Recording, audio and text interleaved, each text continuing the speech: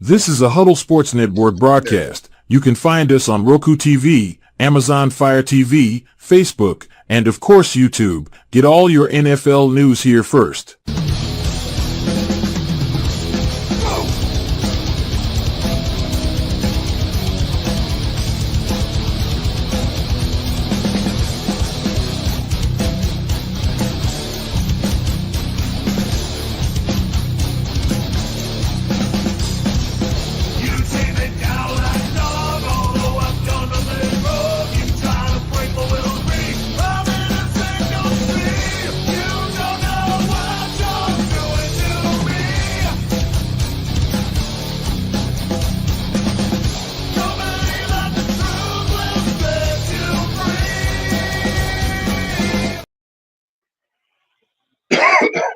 All right, good afternoon, everyone. Welcome to Valhalla Hour. I'm your host, Sir SoCal. Joining us back for the first time in 3 weeks, we've got Sir Rocker Rob Haskels, we got Matthew Lissateri, and we got Southern Skull. How are we? Good. We are enjoying massive heat. Come on, man. So we're going to jump right into it. We're going to talk about something that developed over the week, and that is the Caleb Williams situation. There is a book that's coming out, and it's called American Kings, A Biography of the Quarterback, where Caleb Williams' father, Carl Williams, told the author, Chicago is where quarterbacks go to die. And there was a plan in place for him to either work his way to Minnesota or not even play in the NFL and just go to the UFL so he would have his choice. What is your guys' thoughts? Let's start with Rob. Yeah, I mean, it's the first thing that I thought of was back when Eli Manning got drafted, and you guys know where I'm going with this, right? Archie was very, very adamant that Eli would not play for a certain team. They drafted him anyways, and then they worked their feng shui or whatever and got him over to the Giants. Because he said at the time, the owner of the San Diego Chargers, who's A.J. Smith, he called him the Lord of No Rings because at that point in time, the Lord of the Rings movies was out, right? It was popular and stuff. And, that caused quite a bit of controversy. So Caleb Williams, there was rumors before the draft ever even happened that he didn't want to go to Chicago or whatever. But, when you're that high of a draft pick, whatever, you're going to put on a suit and a smile, toe the company line, do what you got to do. And this isn't the first time that somebody's father or their mother has went and ran their mouth and got them in some hot water. So I'm just kicking back, relaxing, waiting to see how this turns out for the boy or the young man, I should say, because why is this not working? I don't know. Anyways, yeah, I'm trying to add Sarah to the show, and somebody else try and do it because it's not working for me. Oh, good. I've been waiting to hear from Sarah because she did not want Donovan Jackson at number 24. Guilty. I didn't want him, but knowing that the Texans wanted him and knowing that the Chiefs wanted him, it was the right move to take him at 24 because even though he was valued at 34, 35, 36 there was no way we were going to be able to get him there. So I understand why they took him when they took him, and I'm not mad about it. Let's finish talking about the Caleb Williams situation before we jump into that. But I think with the Caleb situation, it confirmed what JJ said when he got drafted. He said that all the quarterbacks wanted to come to Minnesota, but, unfortunately, they can't pick where they wanted to go, and JJ got the Vikings lottery. Interesting how Caleb's father said the CBA is the worst piece of shit I've ever read. I'm sorry for swearing on the air. Yeah, but that's a good thing. We'll have to dock your pay every time you say shit or fuck on this show. Matthew, what do you think of this situation?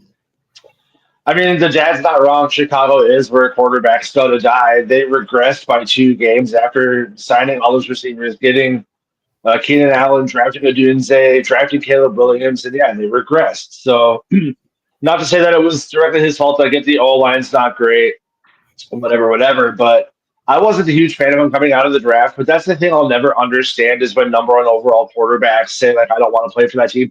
You're going to a bad team. You're the number one pick. It just is how it is. That's what you should do is accept it and elevate that team. That's the glory you get of being that good of a quarterback. I don't know.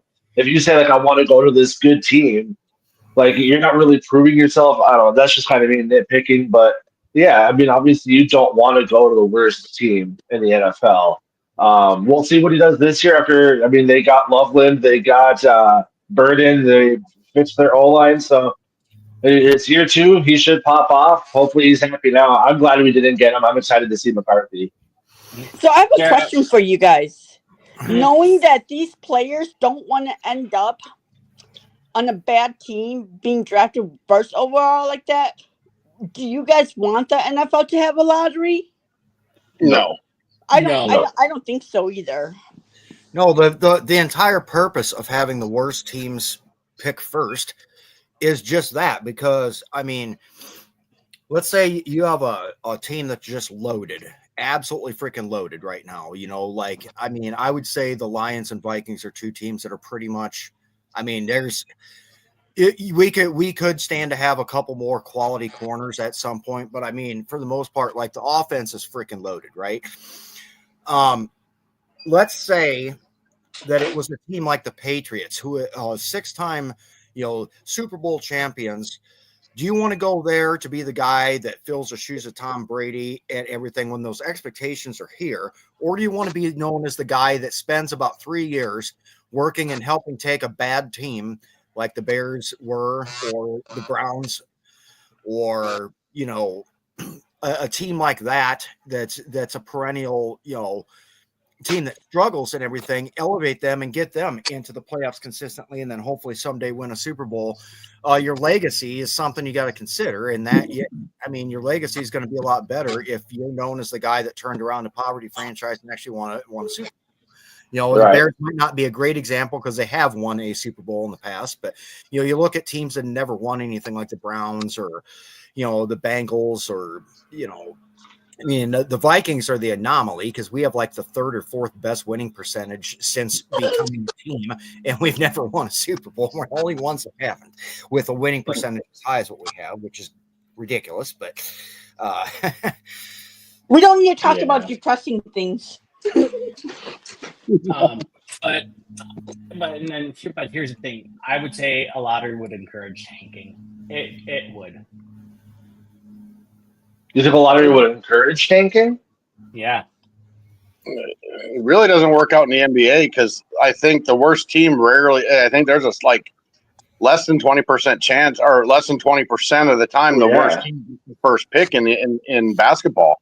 I don't know. I think like people put too much emphasis on let's tank, because I mean players have pride too, and I don't think they have that feeling of wanting to tank. I just don't. I mean, look at the Giants. They won a meaningless game because their players refused to lay down and tank. The Patriots won a meaningless game because their players refused to tank. And so I think tanking in the NFL doesn't really exist, whereas I can't say about the NBA because I only watch the playoffs, so I don't know much about the NBA, but I just don't like that lottery system because it kind of does an injustice to teams that were really bad to be drafting worse than like a Mavericks team who was in the play-in. Mm-hmm. Yeah. So, and then Eric, what is your take on this situation? I'm kind of on the same page with Matthew. I was not impressed with his senior year in college. He played really well his junior year. I didn't see him being that great of a quarterback coming out in the first place. And then he even before signed his rookie deal, had all these terms and conditions he wanted about his mom being a counselor on the team and this and that. I'm just like, you know what? I didn't expect us to take him or even want to take him, but you look at the culture we built, and he just didn't seem a fit. I mean, granted, they thought about bringing in Rodgers, and I don't think he'd be a fit either for the culture. But you kind of look at the culture that Kwesi and the ownership and KKO have brought in, that they want positive players. They want players who respect the team more than the individual, and that's not him. So, or do you think he was doing that as a way to not get to Chicago? No, because he asked, because it was after he was drafted that he asked for his mom to be part of the team or be a counselor on the team. So, yeah, it was a weird demand. Yeah. I'm just glad we didn't have the number 1 overall pick, so we didn't have that pressure to draft him. All right, so moving on to the main topic of the day, and that is this bad boy is out. I know it's hard to see, so I have a different version. But here we are. We have the schedule. And as we were talking last week, back-to-back international games.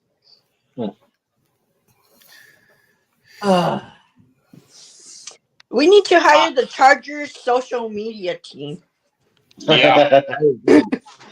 So They're always great. The Colts did pretty good too with their Coast Guard arresting Tariq Hill. That was really good. They have to apologize for that. And the NFL made him apologize, but Tariq Hill found it. He said, "I found it hilarious. Why did you take it down?" Okay, yeah. Check this out for a second. Leave that up there, Matthew. Put that schedule back up here. We've got a fan that is chiming in here. I'm just going to go through these here real quick. All right. Wrong on that. Probably correct. You're outside of your head. No. Who cares? I see the Packers going 0-17 anyways. Yeah.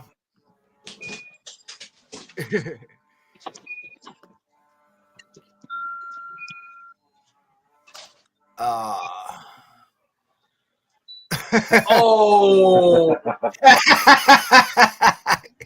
Come on, Luca.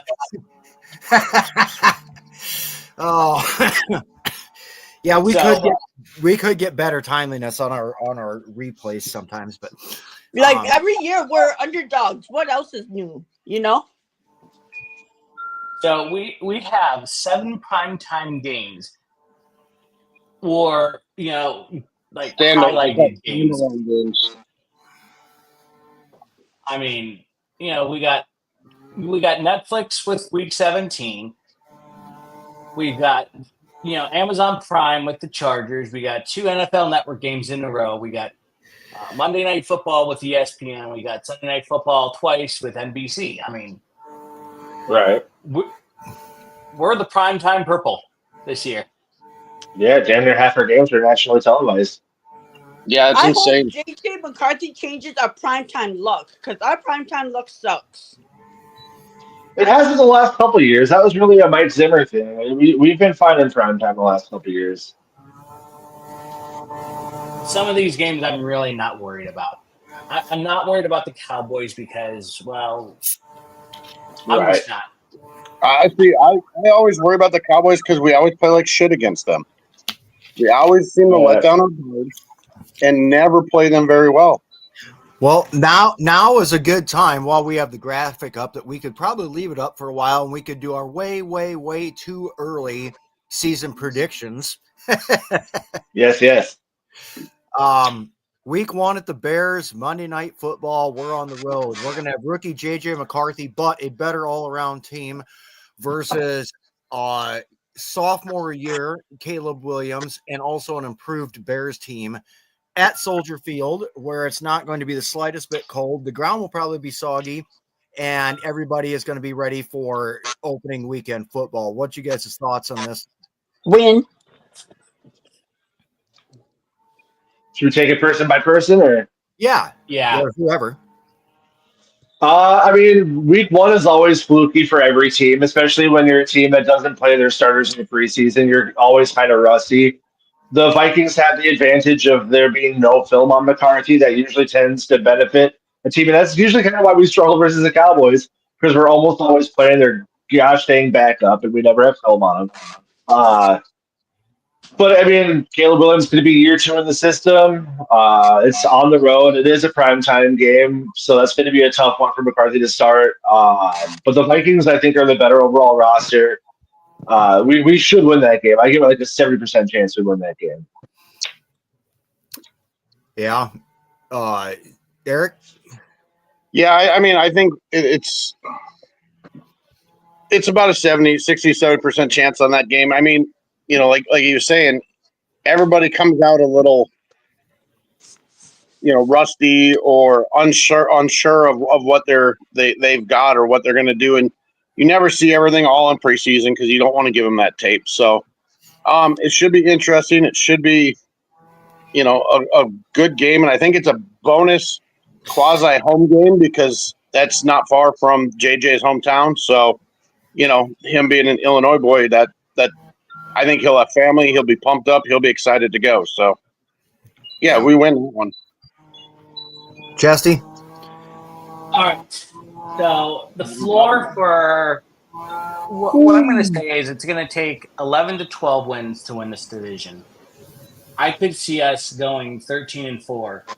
The one thing I do see week 13 is we play against our old guy, Sam Darnold.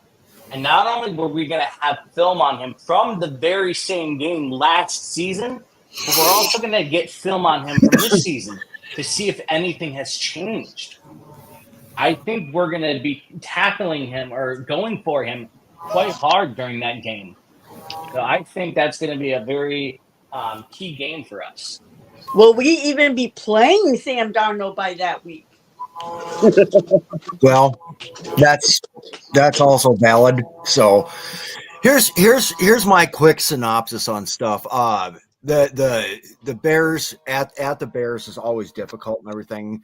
I think we'll continue our tradition of beating them, our recent tradition of beating them and everything, but they're also improved. It's going to be close.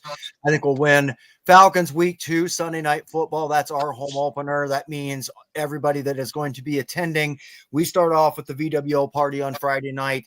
There's a private event that some people go to on Saturdays. We'll have the VWO Army Division party on Saturday. And then it starts at 6 in the morning and it's an all day and half the night tailgate until that thing kicks off. That is going to be a fun weekend. The Falcons are coming into US Bank Stadium. We're beating them. The Bengals, we have always struggled with when it's in Cincinnati. Guess what? They're coming to Minnesota. I think we finally get a little bit of revenge on Joe Burrow. Although that's going to be an amazing matchup watching JJ versus Jamar Chase. Steelers and Browns, I'm just going to say we are undefeated in England. That's going to stay that way. As for the Steelers in Dublin, we're hoping for a little luck of the Irish from that one. The Eagles come to visit us. That's going to be tough. I'll be at that game. I'm not sure. I mean, if they continue doing what they did last year, and we did bring a whole bunch of big bodies for the interior defensive line. If those guys stay healthy and we can contain Saquon Barkley, we can win. If we can't, we'll probably losing that one. At the Chargers on Thursday Night Football will be a little tougher. At the Lions, I think we split with the Lions finally for once, and we'll lose there. We'll beat them at our house on Christmas Day. The Ravens are coming to town. That's going to be difficult. That's a potential loss. And then, of course, we host the Bears. I do think we sweep them this year. At the Packers, Jerry's out on that one. We'll see once what their new wide receivers do. I'm inclined to say that we at least split with the Packers, if not sweep them. But That could be tough in Lambeau because they did mount a comeback on us last year. So we'll see what happens. At the Seahawks, I'm tired of seeing this every year, and I hope we win that one. We have the Commanders. That'll be interesting. Then we go to a place where we traditionally struggle all the time, the Cowboys. That's a potential loss. At the Giants, a win. Lions at home, that's a win. Packers at home, it's a win. I think we're right in the neighborhood of some of these are pretty iffy. 12 to 13 wins. Double-digit 10 wins for sure if we have some things go wrong. That's my opinion. I mean, I'm glad we're getting the Bengals early because they always start off slow, so I'd rather play them early. Yeah, their defense is just so bad, too. Let's get them before they start to click. What else stands out to you guys? I'm going to comment on just the overall makeup of the schedule. We have 2 home games before our bye week. What the hell is up with that? Yeah. Yeah, I hate the early bye. I hate that we get Philly after the bye because we usually struggle after the bye, and that's already going to be a hard enough game. It seems kind of like last year where the bulk of our really hard games seem to be in the first half with some of the, I don't want to say easy because Commanders are no slouch, like you guys said, Cowboys are no slouch, but Giants kind of whatever. Packers don't really scare me. Seahawks with Darnold don't scare me. The Bears don't scare me. So really outside of Baltimore, there's not a lot in that second half that I'm like, oh God. If this team stays healthy, the floor for this team should be 10 wins. 13 seems a little high just because we do have the 5th hardest strength of schedule, but I could see anywhere between 10 to 12 wins this year if McCarthy is, even remotely decent. Yeah, I think the floor is 10, the ceiling's 13. As long as McCarthy, I like the biggest change. Fear for me going into that Thursday night game against the Chargers is will Harbaugh be in JJ's head? Will he, being his whole coach, can he, mess with his mind going into the game? I would hope not, but he knows him better than anybody probably at this point. So that's Right. always an issue with the Chargers. Commanders are going to be tough. That's a scary one. But it's almost exactly the same as last year. Like we come out of our bye, we played the Lions, and then went to LA on a short week. Almost like a tough team, short week, West Coast trip. It's right. Exactly the same, and it's at least we're playing at home after the bye. I'm glad we don't go 2 trips overseas or 1 trip. They're staying from what O'Connell said. And then come home and then go on the road and then, not have that home game to get settled a little bit first. So the Commanders are the only one I'm really worried about in that second half. Just because, Jaden Daniels, Scary Terry, you got those just beasts coming to town. Yeah. I don't know. I'm not as worried about them because I think they're going to be playing a tougher schedule. So I don't think they're going to be because last year they were playing a 4th place schedule. Yeah, but they still did really good in the playoffs too, up until they didn't. Yeah, they played. Any given Sunday, and they played well almost every given Sunday. So, right. Talking about strength of schedule, how is it that all NFC North teams are in the top 5 for toughest schedules this year? Well, we were the strongest winning division. Right? But damn, that's all. I think 6 teams because there's a tie for number 5. 6 teams, and 4 of those are NFC North teams. That's insane. Well, what I want is how did the West draw the NFC South and AFC South? I'm like, they're guaranteed to send probably 3 teams to the playoffs. Yeah, I saw that yesterday where the 49ers don't play a single playoff team their final 7 games. Wow. And I think the Cowboys have 9 in their last 10 games. or 8 of their last 10 games are all against playoff teams, but between NFC and AFC. All Like, right, That's so really according to Sharp Football Analysis, we have the 5th hardest schedule, and Vegas is projecting us. This is just the projection as of right now of 8.5 wins. So to be fair, with that being the projection, the favorite is on the over at minus 155. So they do expect the Vikings to hit the over on that.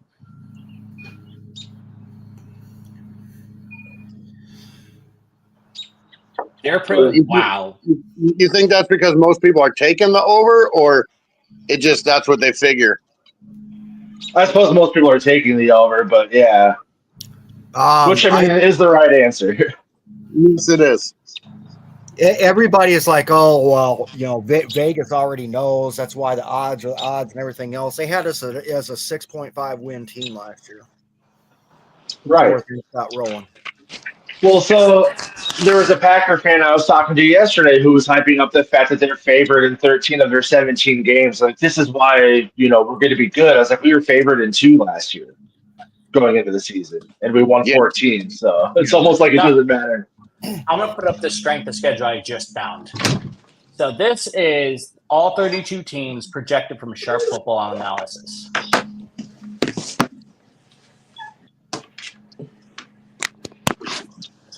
The Giants have the hardest strength of schedule. Yeah. That sucks. How the hell did they draw that? And they weren't even a playoff team.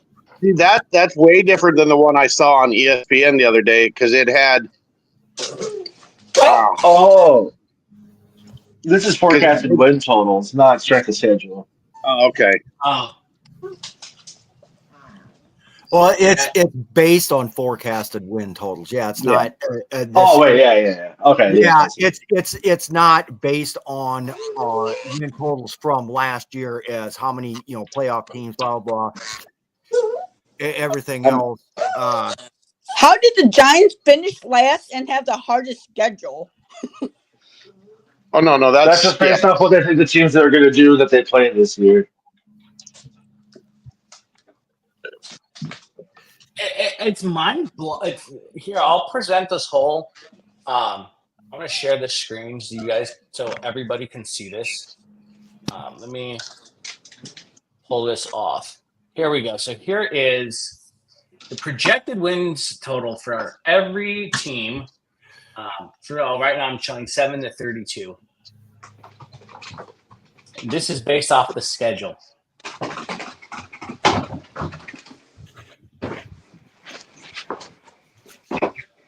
They're only giving 11.5 wins as the ceiling for any team.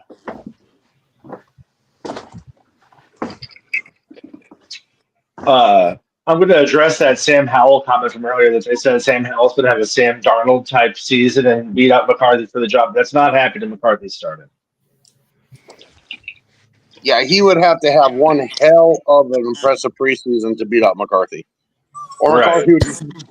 McCarthy would just have to have a breakdown, a complete and utter mental breakdown, and not play. Right. I'm just going to tell you that Sam Howell is on this team because the Vikings still need to play 17 games of NFL football. And if J.J. McCarthy gets hurt again, we need a quarterback. If J.J. McCarthy is healthy, nobody else is going to touch the field at quarterback. I mean, I like Sam Howell, but yeah, he's not going to beat McCarthy.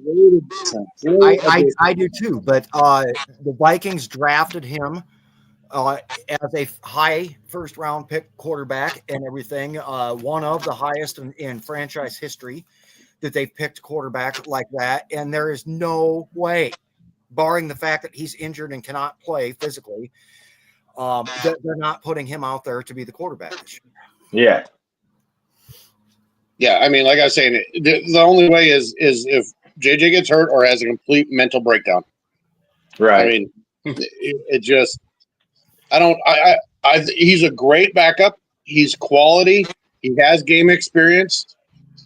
I mean, granted, with a crappy team at the time, but he has NFL experience, and he brings that to the table. He may never play down. He may only play cleanup duty. Who knows? But he's a quality person to have there just in case. Right. Right. It'll be fun to watch in the preseason. Right? I think so. Which we have 2 preseason home games this year, so that's exciting. Yep. We'll have to go to one of those for sure. I didn't even look at the preseason schedule, really. I think it's Yeah, the Patriots and I can't remember the other game.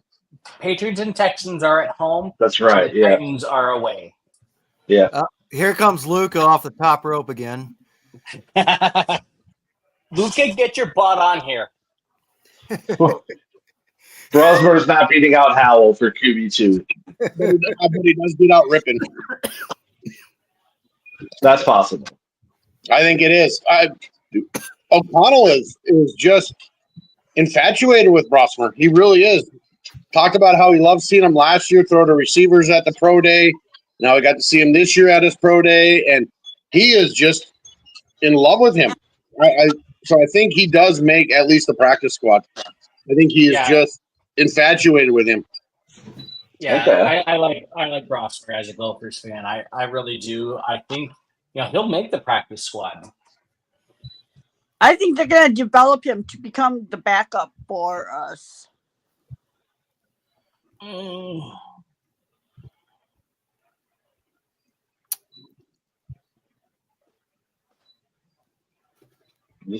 That's true. Yep, that is true. And here we go again.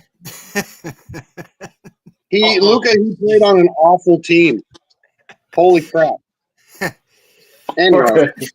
We're not saying he's a world beater. He's a backup, obviously, but he's. He was on the team that got the second overall pick. I mean, come on. Yeah. But speaking of guys that might make the practice squad, there's a guy they're talking to undrafted free agent might make this team. He is being hyped by Sports Illustrated, Pro Football Focus, and ESPN have all been hyping Tyler Batty. They are all on board with him. Every day I open up my the internet, I look at Google and I give all these, whatever.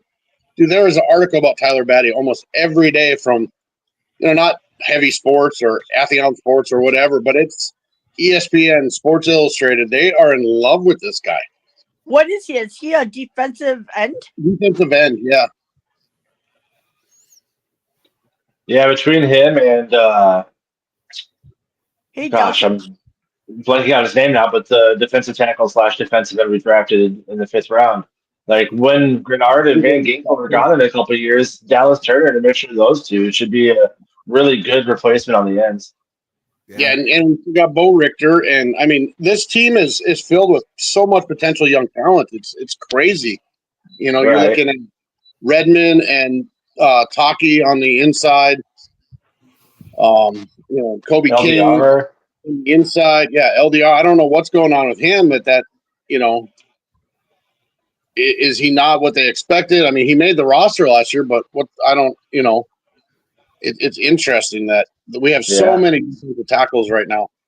I was looking at Spot Rack, and I think like a third of our cap is tied up in defensive line and another like 28% in offensive line.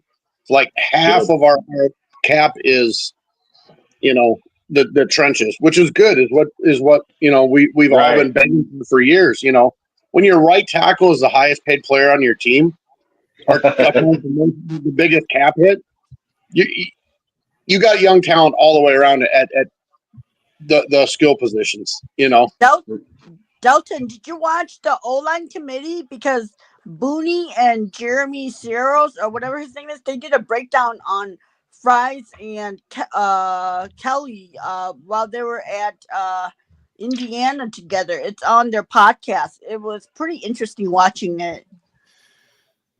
I think our offensive interior and our defensive line, the middle of it, are two of the most improved positions on the team this year. I'm still going in with reservations on Fries. I really am. He had the start of a great season last year, but before that he wasn't consistent. I pray to God I'm wrong. I pray to God he picks up right where he left off last year. But I still have a little bit of, hesitance to back him too much, or to put all my eggs in one basket maybe with him. Uh-huh. But I hope he lives up to expectations. I'm hesitating a little bit. It should help having Ryan Kelly and Brian O'Neill sandwiched on both sides. Like, I feel that's kind of what helped Brandel at the start of last year was Darisaw. Really kind of helped him be a better lift guard than he was obviously when he went down. So if he can stay healthy with having two quality people on both ends of it, hopefully he should continue that streak. And O-line is hard to adjust. It was still his rookie contract, so it's not like he's 7 or 8 years in the league and still not getting it. Hopefully he's just getting better and it finally clicked. I'm hopeful that we have it can't honestly get much worse than what we had last year. So. Well, Randall McDaniel said that he would be willing to mentor Donovan Jackson if he takes up on that offer, and I hope he does, because I think that would really benefit him learning from Randall McDaniel. Well, yeah, it'd be crazy not to at least say yeah. Yeah. I think our trenches, now that they're really solidified, is going to help us in a long-term sense, just because we have that rookie. We have JJ, who is a rookie by certain standards, but not by the NFL. That's going to help him big time, because I do feel that JJ to JJ connection is going to be strong this year. They've already started to make that bond if you've seen the Timberwolves game. Yeah, Right. I love seeing. Did you guys see that video of them mic'd up at the Timberwolves game? That was like really fun to watch. I can't believe he's never had Mike and Ike though. I am, right? That was pretty funny. That was good. That was really good to see them. Like the first time I watched the video, they walked out side by side, and I didn't even notice McCarthy. I didn't even realize it was the first time I watched the video. I was like, oh, they're there together. And then it popped up on my feed again. I'm like, oh, shit, they walked in together. I wish the video I watched had audio, because I would have loved to see how the crowd responded, because that video I saw them walking in it had music playing over it. So that would have been cool to see how everybody responded. But, yeah, them sitting right there by the scorekeeper, side by side, through the whole game that shows a lot of team building, and, even for, Jefferson to take him under his wing like that and just be a friend, kind of.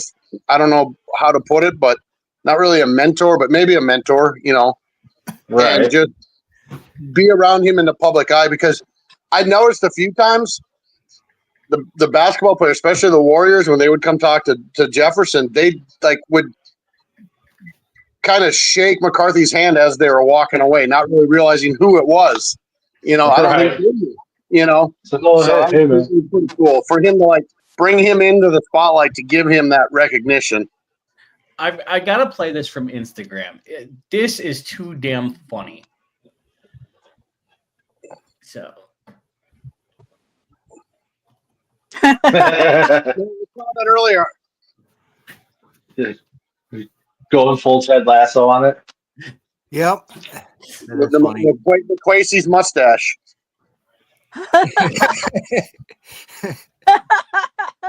And that's another thing. Like, we talk about McCarthy and Jefferson bonding, but my God, what we killed to see Zimmer and Spielman get along like that. It's insane to see the head coach and the GM just bond and actually be on the same page and friendly to each other. Yeah, wasn't there a story that came out when Spielman drafted Mond? Zimmer just left the building. Right. Yep. Yeah. Hey, Chesterton, look at your messages quick. On where? Facebook Messenger. I sent you a link. Have you guys seen the Ty Felton draft phone call when he took it? Yeah. Okay. That's what I sent you, and I don't know. There might not be a way for us to put it up on the show, and it's like a 3-minute video or whatever. But here's the story of this is the state of the Vikings, right? This kid thought he could go in the second round. Into second round comes. There's a point in this video where he's like, I'm good, Mom, I'm good, Dad. He's got to walk out. He had to go and sit in his car a little bit just to calm himself down. You can tell he's disappointed. Last pick of the third round, he's just sitting there like, this is really happening to me. All of a sudden the phone rings. It's the Vikings. Just beyond expectations. And when they announced that it's the Vikings picking him, he probably had 50 people in the living room of his house. They just went off. I mean, players, yeah. And I don't know if we can get audio on this or not, but yeah, let me see if I can. Hang on. Okay, while you're doing that, I have the Birmingham St. Louis game on for the USL and the UFL. Yeah. This offensive lineman from St. Louis just hit a linebacker so hard his helmet flew off. Holy shit. All right, so here we go. Hopefully you guys can Oh, tell me. never mind. He hit him in the face with his hand. Oh. All they showed was him hitting him and his helmet go flying, and then they showed the replay. He just hit him in the face with his hand. Yeah. Oh. I can hear the audio now, Chesty. Don't make him see no shade.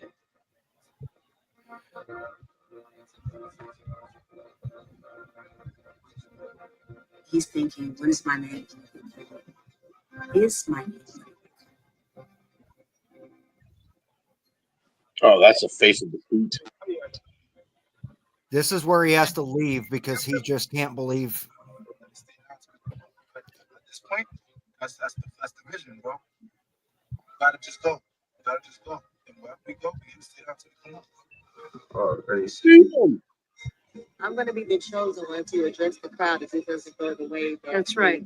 I Yes. feel like it's. Do you need help? I believe he was praying, but I also believe he turned it around. My name is getting called today.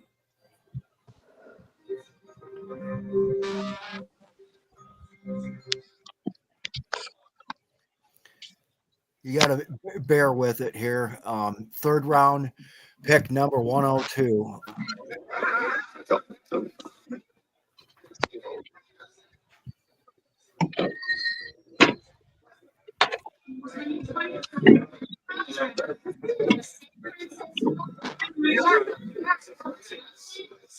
What's up, baby?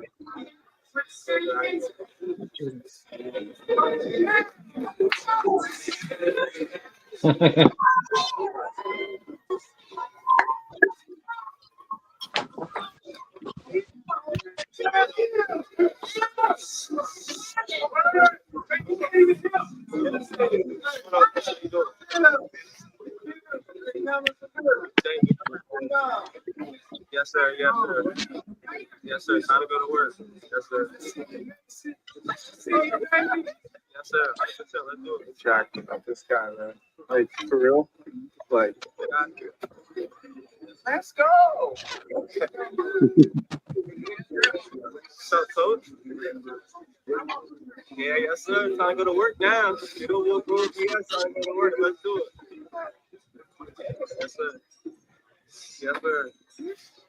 Right now. Wisconsin. Hello, everybody. Big special hello to my Viking fans. Now watch this reaction. Vikings. Get used to it. With the 102nd pick in the 2025 NFL draft, the Minnesota Vikings select Kashar Felton.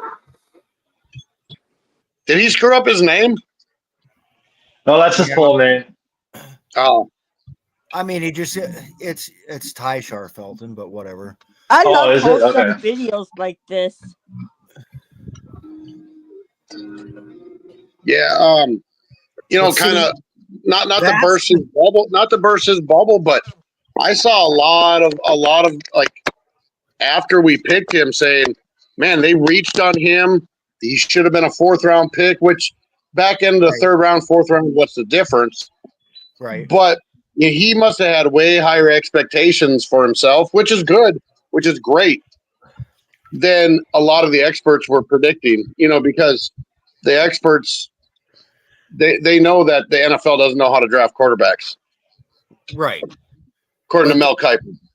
If this kid can learn from Jefferson, the last time we had a Maryland wide receiver, he did great for us. And if this kid can learn from Jefferson and take that next step, I think he can be a good number 2 for us because I don't think we're gonna be able to extend Addison.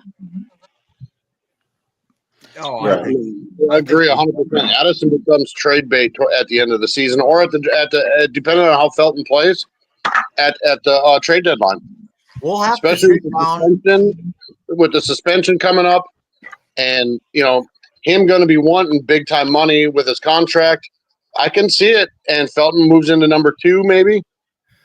See, and I just do not understand. I mean, Addison is probably one of my favorite players on the Vikings right now. I would have to do some looking, and it's going to take time because you got to look all this up. Over the Cap is not the site you need to use. You need to use Spotrac so you can see what salaries break down percentages per year of payouts and everything. And really what we're looking at doing is we need to see what gets paid out to all the big name guys this year and then what cap hits our next year, because Rob Brzezinski, the finance guy for the Vikings, one of the best, if not the best in the business, is usually pretty good about everybody's like, how can you pay JJ? And then how can you pay Turner, or how can you pay Hawkinson and then turn around and pay JJ and then give this guy a bag and that guy a bag? Well, it's all about years. It's all about void years. It's all about guaranteed money. It's all about putting stuff on the front end or the back end, depending on what years it is that you got a guy you're targeting that you want to re-up. I don't know if it's a guarantee or not that Addison serves a suspension for that OWI or DUI charge, whatever it is. Like, as much as I love Addison, I just think that he wants to go be a number 1 on another team and get paid. I just don't see him wanting to be in Jefferson's shadows.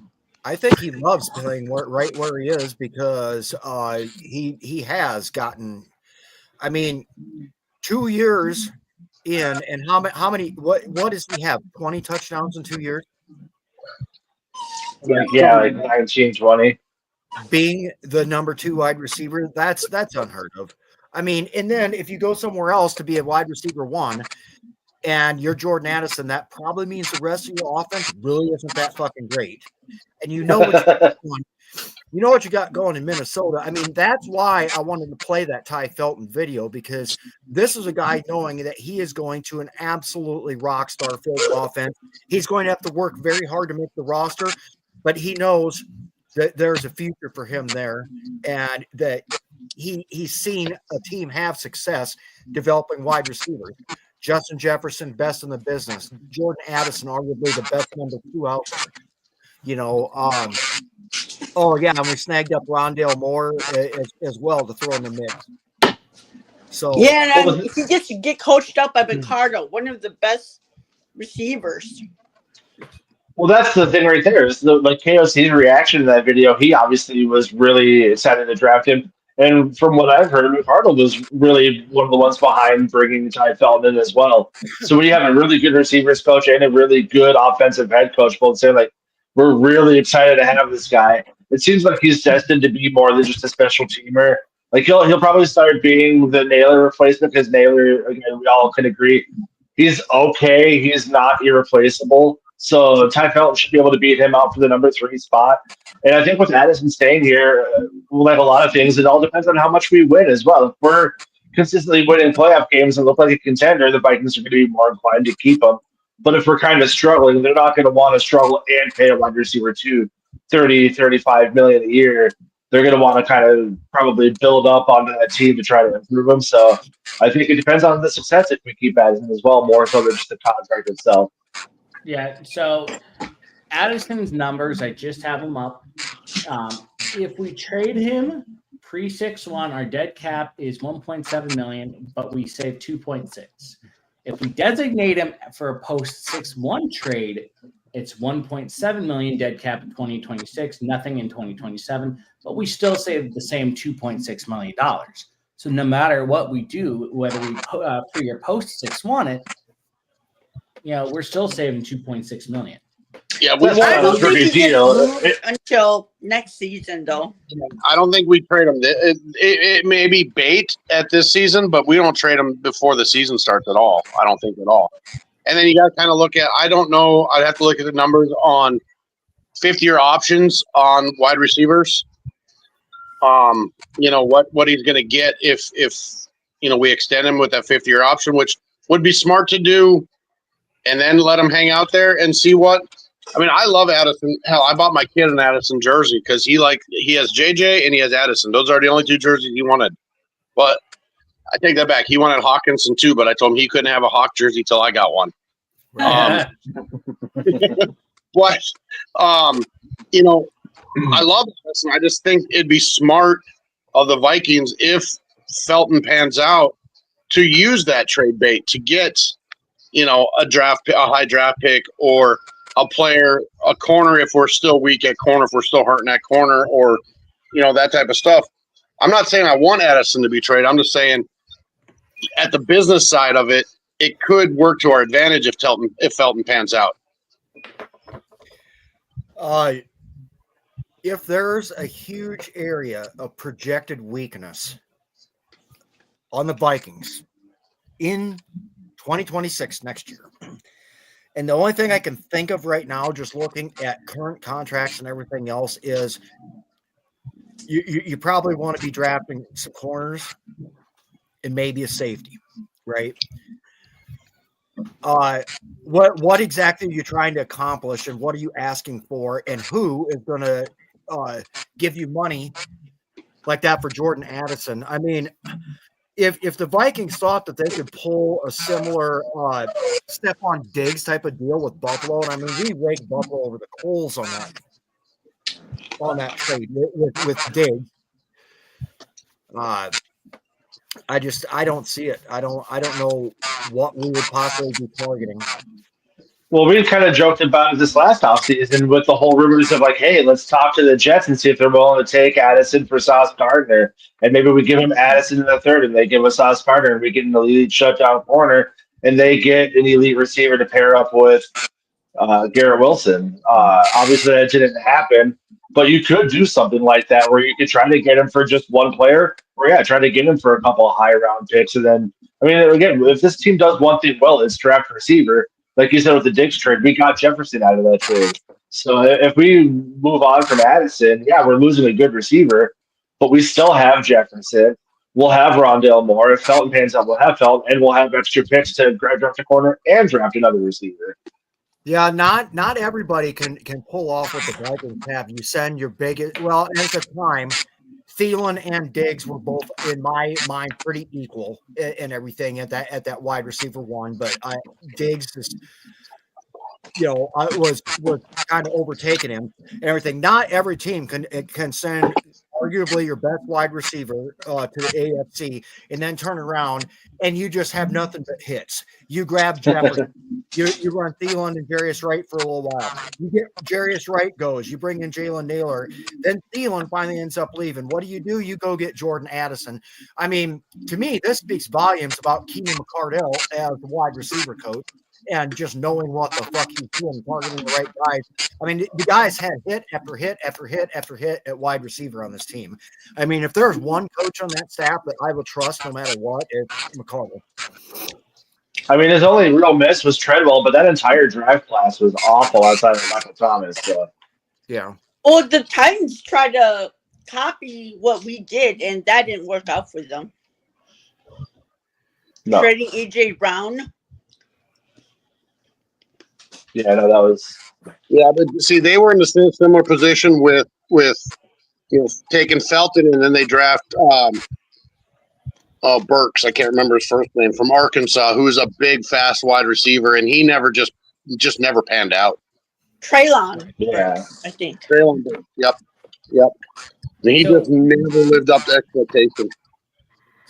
So we are getting towards the end of the show. I'm going to go around the horn and get everybody's final thoughts. Starting with Sarah, what are your final thoughts for scheduling? I am just so happy. No more mock drafts. I don't have to see any of those again for a whole year. But I feel really positive about our team, guys. Like, I think it's a great time to be a Minnesota sports fan with the Timberwolves. I was like saying, like, if the Timberwolves win a championship and the Vikings win a Super Bowl, I'm just gonna die happy and Speaking of which, next week we will be starting our 2026 mock drafts. no. I did 2 already, Sarah. Just so you know. But I feel really good about our team. I love seeing our quarterback and our wide receiver bonding at the game. Like, I never saw JJ with like Kirk or Sam doing stuff like this. And I think some people take it as, well, they're just at a game together. But to me, it's showing that they're invested in the team and they're invested in bonding, Mm-hmm. So, Eric, final thoughts? I like where we're going. I like the undrafted class. A lot of potential there. Got, Felton running a sub 4.3. I think the corner from Nebraska? Utah. Jeremiah ran like a 4.32 or something like that. I mean, he was fast as hell too. The wide receiver room's got me really intrigued because we got a lot of talent in there, young talent that was on the practice squad last year. So I'm looking forward to a very explosive offense this year, and I'm excited, and I can't wait to talk about my next mock draft with Sarah. I won't be on next week. Christ, Luca. Those khakis. I'm gonna be sick next week. Rob, final thoughts? Yeah, I am pleased with the schedule. There's probably 4 iffy games, and I do feel like they will set the tone week 1 in Chicago. If you can get out of there with a W and look halfway decent doing it, the newly reshaped defensive front holds up. Somebody asked a question earlier. Have the Vikings done enough on defense to be able to hold their own and win some games while McCarthy gets used to the speed of the NFL? I think the answer is yes. Could be wrong. We'll find out. But overall, I do feel like our offense is one of the best in the league. I cannot wait to see all these new additions and hopefully get to see a lot of you people that are listening at home opener versus the Falcons on week 2. So. Matthew? Yeah, just being a Minnesota fan in general, I like that we're going into the season as underdogs again because I feel like that's when we kind of play our best across all 4 sports.